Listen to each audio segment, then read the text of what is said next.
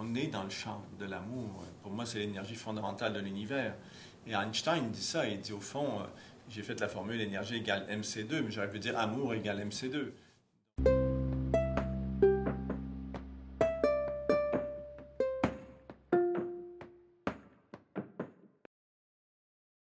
Je trouve que l'amour, c'est le thème le plus intéressant, le plus important aussi. Je trouve que on est dans l'amour. Et pour moi, l'amour, c'est pas juste la relation affective, mais c'est vrai que la relation affective révèle tellement de choses par rapport à la construction de la personnalité.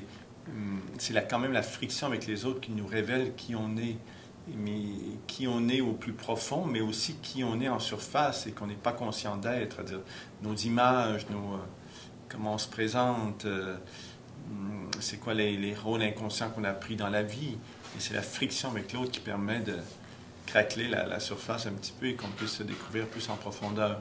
Alors, dans ce sens-là, je trouve que c'est toujours intéressant, et même quand je fais du travail avec les gens vraiment sur eux-mêmes, sur justement des questions de peur, de croyances, de blessures, d'attentes et tout ça, il y a toujours une partie du travail qui vise la relation avec l'autre, une pacification de la relation avec l'autre, parce que c'est quand même l'autre qui est un acteur dans notre vie pour nous révéler jusqu'à quel point on n'est pas au rendez-vous de nous-mêmes, ou au contraire, jusqu'à quel point on est au rendez-vous de nous-mêmes, parce qu'on arrive à créer des relations harmonieuses. Mais toute la disharmonie avec soi-même, le conflit avec soi-même, le conflit inconscient avec soi-même, il nous est révélé par le conflit avec l'autre, en fait. Et donc ça m'intéressait beaucoup, cette interface-là. Dans le spectacle, c'est plus difficile à dire, tout ça, parce que ça demande pas mal de subtilité. Alors, les choses sont plutôt suggérées à ce niveau-là, au niveau de la reconnaissance de soi, de l'amour de soi et tout ça. Mais j'essaie quand même de le nommer comme une des conditions essentielles du retour vers l'autre. C'est-à-dire que si je commence à me donner une chance à ma créativité, à ce que j'aime, à ce que je suis, à mes besoins au niveau du ressourcement et tout, ben, je peux comprendre l'autre. Je peux tout à coup aussi donner une chance à l'autre d'exister. C'est un jeu en autant, parce que ça permet tout. En fait, on est dans le champ de l'amour. Pour moi, c'est l'énergie fondamentale de l'univers. Et Einstein dit ça, il dit au fond, j'ai fait la formule énergie égale mc2, mais j'aurais pu dire amour égale mc2.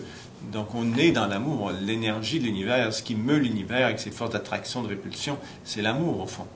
Et donc, dans ce sens-là, c'est un jeu à lequel on est tous liés. C'est presque une loi cosmique au fond, l'amour. Mais en même temps, il y a beaucoup de jeux amoureux qu'on fait dans nos relations affectives et tout ça. Mais le problème, c'est qu'ils tournent souvent au vinaigre, ces jeux. Et dans les familles aussi, toute la question de l'amour filial, et entre les parents, des parents aux enfants et tout ça, c'est sûr, en tant que psychothérapeute, on n'a fait qu'entendre le pire de tout ça, au fond. Et ça fait beaucoup réfléchir. Alors, je dirais que c'est un jeu, mais qui prend des accents de gravité très importants, très souvent, ou des accents dramatiques même. Ben, je serais assez d'accord avec Boris Cyrulnik quand il dit avec le temps, non pas ce que Ferré dit, mais ce que Cyrulnik ajoute, qu'avec le temps, on est capable d'aimer de mieux en mieux. Pourquoi? Parce que les égos, on est un petit peu plus sortis de notre ego, nos carrières vont bien, ou les carrières sont faites, et tout à coup, on n'est plus disponible en fait à l'amour, on n'est plus disponible à l'autre aussi, même on est plus acceptant de la différence de l'autre parce qu'on connaît nos différences aussi. On a arrêté de se faire l'illusion qu'on est parfait et que l'autre est imparfait et d'accuser l'autre. Et je pense que c'est pour ça qu'on aime mieux avec le temps. Oui, c'est ça, oui, c'est intéressant cette perspective-là. Mais je pense en même temps on ne peut apprendre à aimer qu'en aimant. C'est comme si vous me disiez... c'est parce que les gens disent souvent ça, et même derrière une mêlée, derrière n'y a-t-il pas d'amour heureux? La personne qui écrivait la 4e de couverture disait la proposition de Guy Corneau, c'est qu'avant d'aimer, il faut se connaître. Mais c'est pas ça du tout. C'est comme si je vous disais, mais on va apprendre à conduire là, dans le parking de l'école, et puis on n'ira jamais dans le trafic. C'est pas possible. On apprend à aimer dans le trafic de l'amour, dans la circulation de l'amour et tout. Et bien sûr, ça oblige ou ça invite fortement, très souvent, à revenir vers soi et à se rendre compte que le désamour qu'on rencontre à l'extérieur ou notre manque d'amour envers les autres repose sur un manque d'amour de soi ou souvent, je dis même une haine inconsciente de soi-même, à cause des enfances d'où on vient, à cause de l'éducation, à cause de toutes sortes de choses comme ça, qui ne nous ont pas appris à nous apprécier au fond et à apprécier l'autre. Donc, effectivement, on pourrait dire le théorème, c'est vrai. plus on arrive à s'aimer. Pour moi, ça veut dire plus je suis proche de ma créativité, plus je suis proche de mon ressourcement, plus je suis fidèle à mes idéaux, à mes pensées, aux causes qui me guident, plus je suis en phase avec moi-même, plus je peux être en phase avec l'autre.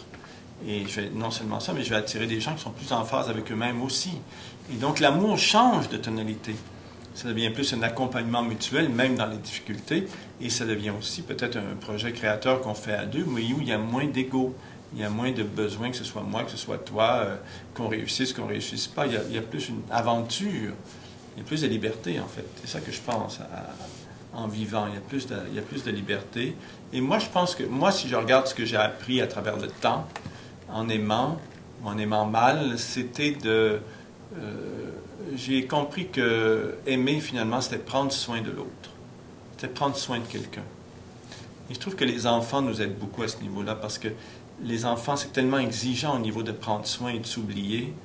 Et moi, c'est juste là que j'ai commencé à comprendre, tiens, comment j'avais mal aimé, ou comment j'avais aimé d'une façon égocentrique dans ma vie, ou toujours en étant centré sur mes besoins, ça m'a fait beaucoup de bien d'apprendre ça, qu'on pouvait aimer sans poser de conditions, et qu'aimer, ça voulait vraiment dire prendre soin de quelqu'un, au fond, accueillir quelqu'un vraiment dans son cœur. Et je trouve que ça, c'est des grands changements dans la vie. Je pense qu'on est là simplement pour apprendre à aimer, ou plutôt, plus simplement encore, on est là simplement pour permettre à l'amour d'exister ou de s'épanouir, parce que c'est déjà là en nous. Il y avait mon amie Christiane Singer qui disait, elle me disait ça parce qu'on était proches, elle me disait, Guy, j'espère que j'aurai juste ouvert les lèvres suffisamment pour laisser passer un peu d'amour. Et je trouvais ça tellement vrai, tellement conscient des difficultés qu'on a vraiment aimées de tout notre cœur.